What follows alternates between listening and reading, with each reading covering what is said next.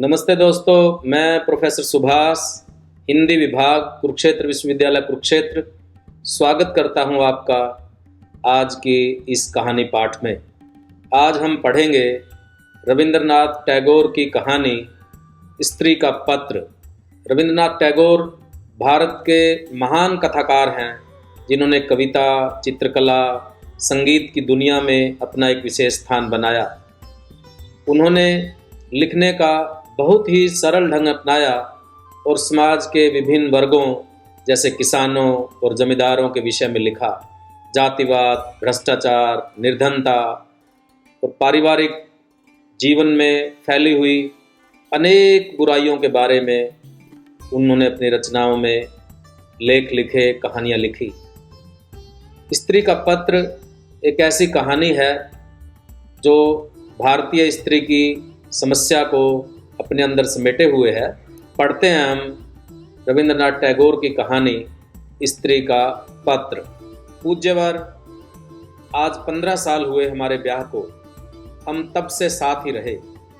अब तक चिट्ठी लिखने का मौका ही नहीं मिला। तुम्हारे घर की मझली बहू जगन्नाथपुरी आई थी तीर्थ करने। आई तो जाना कि दुनिया और भगवान के साथ मेरा एक और नाता भी है, इसलिए आज चिट्ठी लिखने का साहस कर रही हूँ। इसे मझली बहू की चिट्ठी ना समझना। वह दिन याद आता है जब तुम लोग मुझे देखने आए थे। मुझे 12वां साल लगा था। सुदूर गांव में हमारा घर था। पहुँचने में कितनी मुश्किल हुई तुम सबको। मेरे घर के लोग आओ भगत करते करते हैरान हो गए। विदाई की करुण धूम गूंज उठी।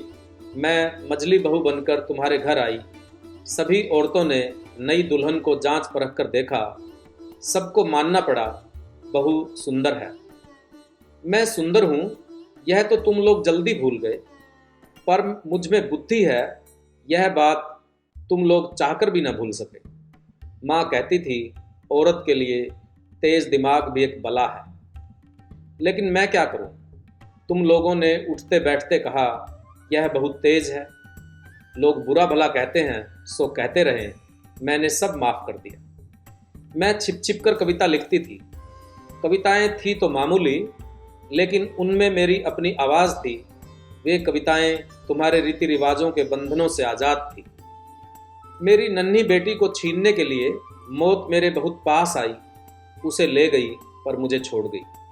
माँ बनने का दर्द मैंने उठाया, पर माँ कहलाने का सुख ना पा सकी। इस हादसे को भी पार किया। फिर से जुट गई रोज़मर्रा के कामकाज में। गाय भैंस सानी पानी में लग गई। तुम्हारे घर का माहौल रूखा और घुटन भरा था। यह गाय भैंस ही मुझे अपने से लगते थे। इसी तरह शायद जीवन बीत जाता। आज का यह पत्र लिखा ही नहीं जाता। लेकिन अचानक मेरी गृहस्थी में जिंदगी का एक बीज आ गिरा। यह बीज जड़ पकड़ने लगा और गृहस्थी की पकड़ ढीली होने लगी। जेठानी जी की बहन बिंदु अपनी माँ के गुजरने पर हमारे घर आ गई। मैंने देखा तुम सभी परेशान थे। जेठानी जी के पीहर की लड़की न रूपवती न धनवती। जेठानी दीदी इस समस्या को लेकर उलझ गई। एक तरफ बहन का प्यार तो एक तरफ ससुराल की नाराजगी। अनाथ लड़की के साथ ऐसा रूखा बर्ताव होते देख मुझसे रहा न गया। मैंने बिंदु को अपने पास जगह दी। जेठानी दीदी ने चैन की सांस ली। गलती का बोझ मुझ पर आ पड़ा। मैंने देखा तुम सभी परेशान थे। पहले पहले मेरा स्नेह पाकर बिंदु सकुचाती थी, पर धीरे धीरे वह मुझसे बहुत प्यार करने लगी। बिंदु ने प्रेम का विशाल सागर मुझ पर उड़ेल दिया। मुझे कोई इतना प्यार और सम्मान दे सकेगा यह मैंने सोचा भी न था। बिंदु को जो प्यार दुलार मुझसे मिला वह तुम लोगों को फूटी आंखों न सुहाया। याद आता है वह दिन जब बाजूबंद गायब हुआ। बिंदु पर चोरी का इल्जाम लगाने में तुम लोगों को पल भर की झिझक न हुई। बिंदु के बदन पर जरा सी लाल घमोरी क्या निकली, तुम लोग झट बोले चेचक। किसी इल्जाम का सबूत न था। सबूत के लिए उसका बिंदु होना ही काफी था। बिंदु बड़ी होने लगी। साथ साथ तुम लोगों की नाराजगी भी बढ़ने लगी। जब लड़की को घर से निकालने की हर कोशिश नाकाम हुई, तब तुमने उसका ब्याह तय कर दिया। लड़के वाले लड़की देखने तक ना आए। तुम लोगों ने कहा ब्याह लड़के के घर से होगा, यही उनके घर का रिवाज है। सुनकर मेरा दिल कांप उठा। ब्याह के दिन तक बिंदु अपनी दीदी के पांव पकड़कर बोली, दीदी मुझे इस तरह मत निकालो, मैं तुम्हारी गौशाला में पड़ी रहूंगी, जो कहोगे सो करूंगी। बेसहारा लड़की सिसकती हुई मुझसे बोली, दीदी क्या मैं सचमुच अकेली हो गई हूं? मैंने कहा, ना बिंदी ना, तुम्हारी जो भी दशा हो मैं हमेशा तुम्हारे साथ। जेठानी दीदी की आंखों में आंसू थे। उन्हें रोककर वह बोली, बिंदिया याद रख, पति ही पत्नी का परमेश्वर है। 3 दिन हुए बिंदु के ब्याह को। सुबह गाय भैंस को देखने गौशाला में गई तो देखा एक कोने में पड़ी थी बिंदु। मुझे देख पक कर रोने लगी। बिंदु ने कहा कि उसका पति पागल है। बेरहम सास और पागल पति से बचकर वह बड़ी मुश्किल से भागी। गुस्से और घृणा से मेरे तन बदन में आग लग गई। मैं बोल उठी, इस तरह का धोखा भी भला कोई ब्याह है? तू मेरे पास ही रहेगी, देखूं तुझे कौन ले जाता है। तुम सबको मुझ पर बहुत गुस्सा आया। सब कहने लगे, बिंदु झूठ बोल रही है। कुछ ही देर में बिंदु के ससुराल वाले उसे लेने आ पहुंचे। मुझे अपमान से बचाने के लिए बिंदु खुद ही उन लोगों के सामने आ खड़ी हुई। वे लोग बिंदु को ले गए।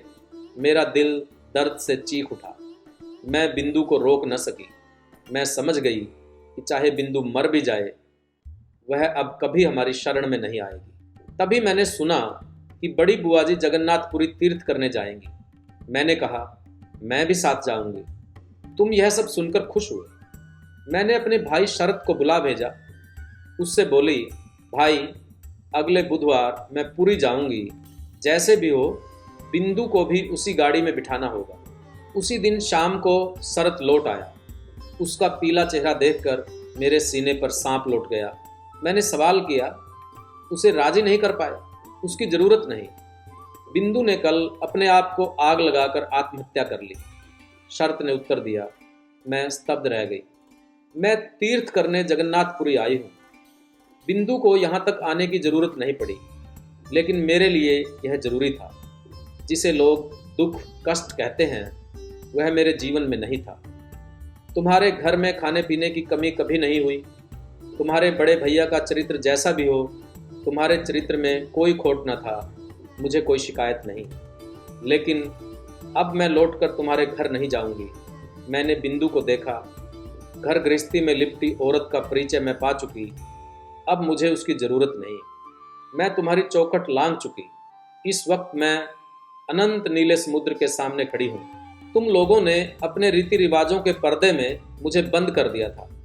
न जाने कहां से बिंदु ने इस पर्दे के पीछे झांक कर मुझे देख लिया और उसी बिंदु की मौत ने हर पर्दा गिराकर मुझे आज़ाद किया।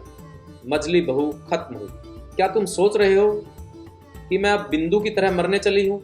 डरो मत, मैं तुम्हारे साथ ऐसा पुराना मजाक नहीं करूँगी। मीराबाई भी मेरी तरह औरत थी। उसके बंधन भी कम नहीं थे। उनसे मुक्ति पाने के लिए उसे आत्महत्या तो नहीं करनी पड़ी। मुझे अपने आप पर भरोसा है। मैं जी सकती हूँ, मैं जीऊँगी, तुम लोगों के आश्रय से मुक्त। मृणाल। बहुत बहुत धन्यवाद। मिलते हैं किसी नए विषय के साथ। तब तक के लिए धन्यवाद।